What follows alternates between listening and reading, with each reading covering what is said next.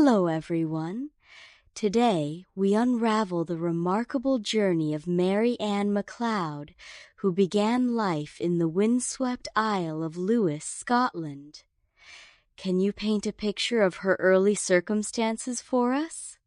Absolutely.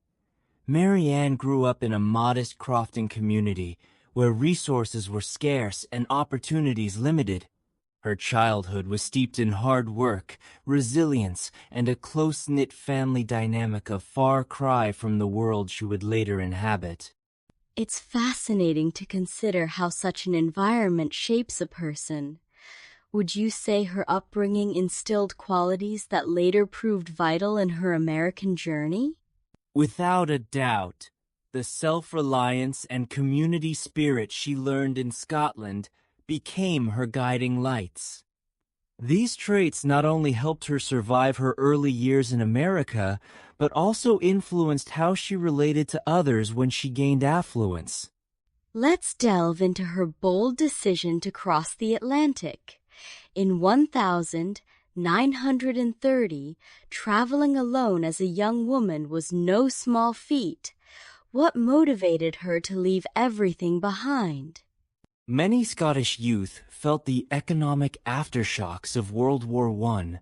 For Mary Ann, America represented hope, a beacon for those willing to take calculated risks. Boarding that steamship with just 50 was both a leap of faith and a testament to her adventurous spirit. It's almost cinematic, but the reality must have been daunting. What were her prospects upon arrival, and how did she cope with the uncertainty? She leaned on family her sister had already paved the way in New York. Still, the transition was fraught with challenges, including culture shock, economic hardship, and the struggle to establish herself in a bustling, unfamiliar city. Transitioning to her daily life, Mary Ann found work as a maid.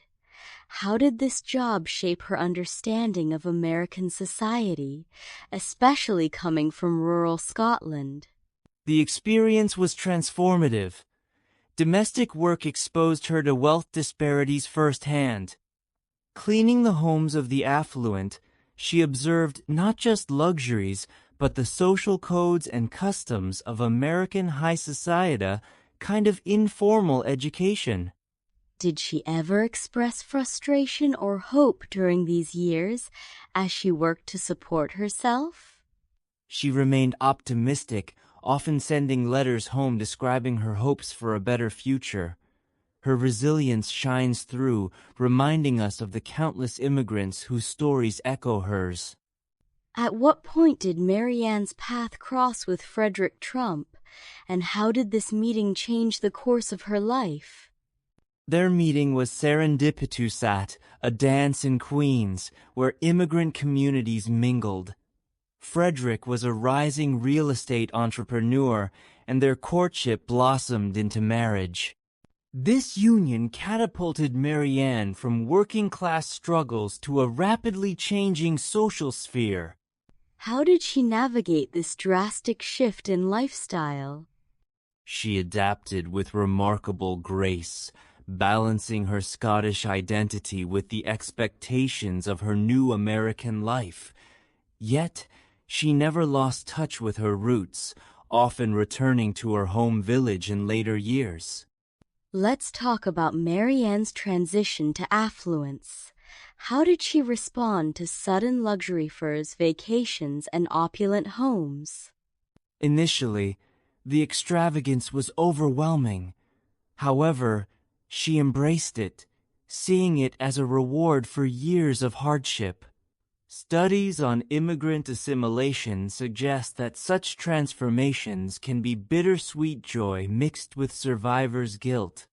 Did she flaunt her wealth, or was there a different approach? She was known for her elegance, but also her restraint. Friends recalled her humility, even in lavish settings. She never let material success overshadow her values. Mary Ann's role as mother to Donald Trump is often spotlighted. How did her background influence her parenting style and the values she imparted to her children? She instilled a strong sense of discipline, perseverance, and faith. Despite their privilege, she wanted her children to appreciate hard work. Anecdotes from family members suggest she was both nurturing and firm, a classic blend of Scottish fortitude and maternal warmth. It's intriguing to consider how her immigrant story permeated the Trump family ethos. Indeed, her journey from poverty to prosperity became a family narrative, fueling ambition and resilience across generations. Despite her wealth, Mary Ann is remembered for her charitable work. What causes did she champion, and why were they so important to her? She was especially committed to helping people with cerebral palsy and adults with intellectual disabilities. This focus likely stemmed from her belief in giving back, a value shaped by her own hardships. She organized fundraisers and volunteered regularly. How did her philanthropy set her apart from other socialites of the era? She was far more hands-on than many. Her approach was personal. She often formed close relationships with families she aided, embodying genuine compassion rather than obligation. Navigating fame and fortune can erode one's sense of self. How did Mary Ann balance her public persona with her private identity, especially as the Trump name gained prominence? She maintained a strong sense of self by preserving traditions from her homeland, hosting Scottish-themed gatherings and keeping her accent. Friends noted her humility never wavered, even as social demands grew. Did she ever struggle with the contradictions between her origins and her new world? At times, yes. There's evidence she grappled with feelings of displacement, but she chose to see her life as a bridge connecting two worlds rather than a source of conflict. As we reflect on Mary Ann's lifetime, what stands out most about her legacy, especially considering her rise from poverty to philanthropy? Her story embodies the American dream, but with a twist. She remained deeply empathetic, using her success to uplift others. Generations remember her not just for her family ties, but for her unwavering kindness and resilience. How does her legacy continue to influence perceptions of immigrants and women in America today? She's an exemplar of the immigrant contribution, proof that newcomers can shape society profoundly, blending humility with ambition.